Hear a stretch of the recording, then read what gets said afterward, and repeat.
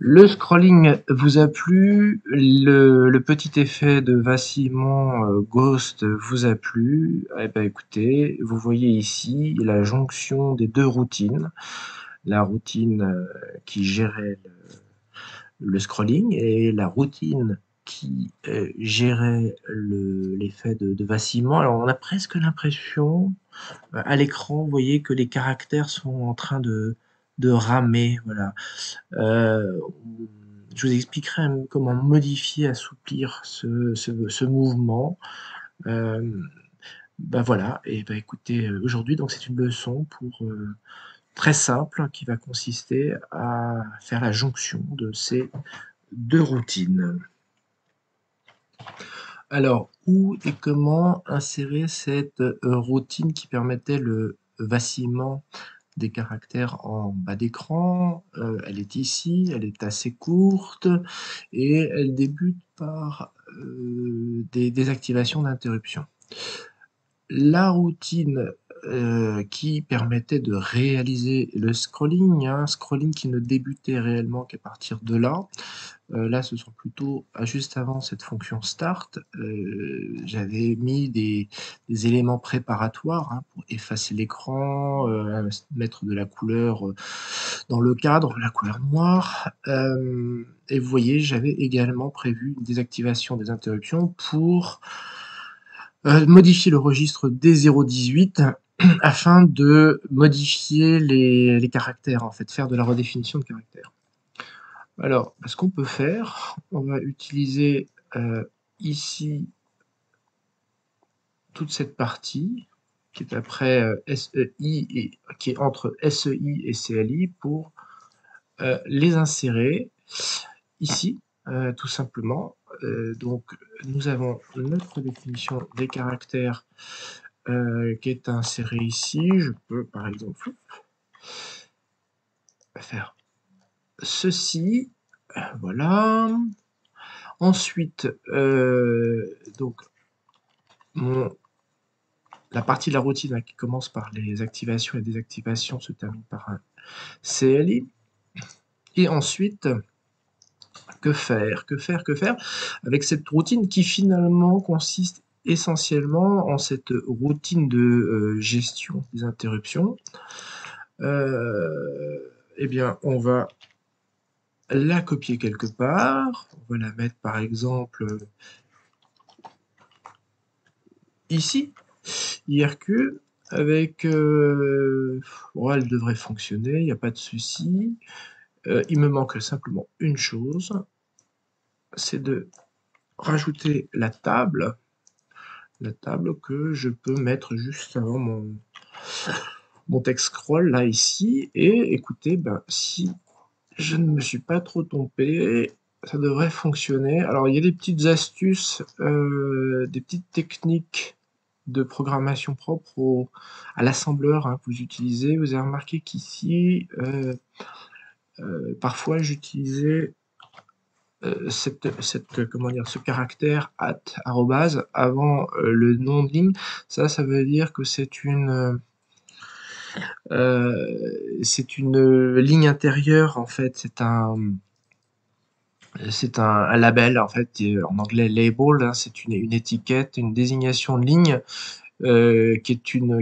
quand vous rajoutez ceci, ça veut dire que ça appartient c'est une sous-catégorie de l'étiquette en quelque sorte. Voilà, donc si je fais ça, BCL, ça devrait fonctionner. Ce que je peux faire, c'est init, rajouter ça. C'est ça. Après, il faut que je ne me trompe pas, je rajoute bien les hâtes un peu partout, sinon ça ne va pas trouver mes parties. Copie par exemple. Voilà. Et donc ici BCL. Alors en revanche, je vais garder la table qui n'est pas forcément dans cette...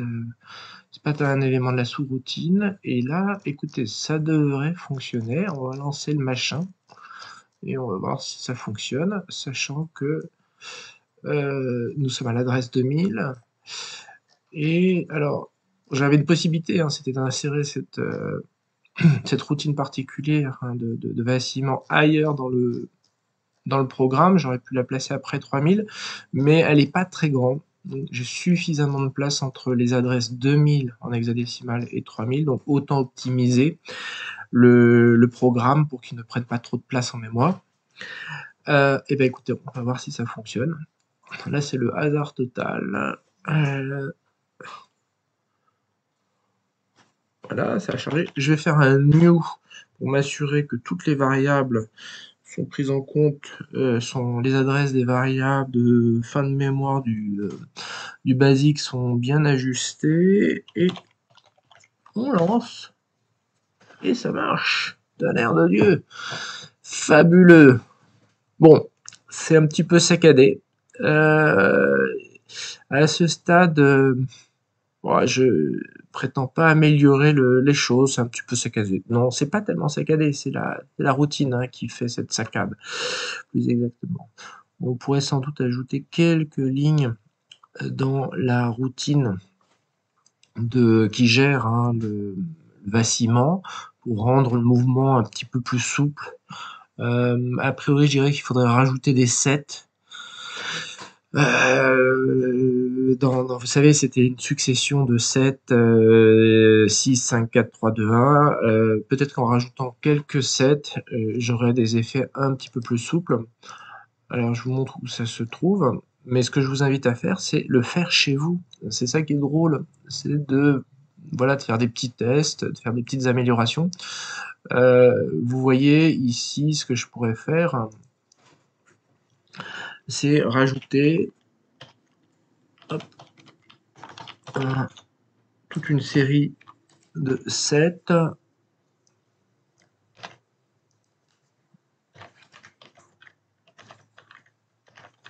Hop. Donc là, j'en ai rajouté 5, 6, 7, 8. Donc il faut que je modifie. J'ai 40. Et là, 39. Et on va voir ce que ça donne. Ça devrait assouplir très légèrement le mouvement.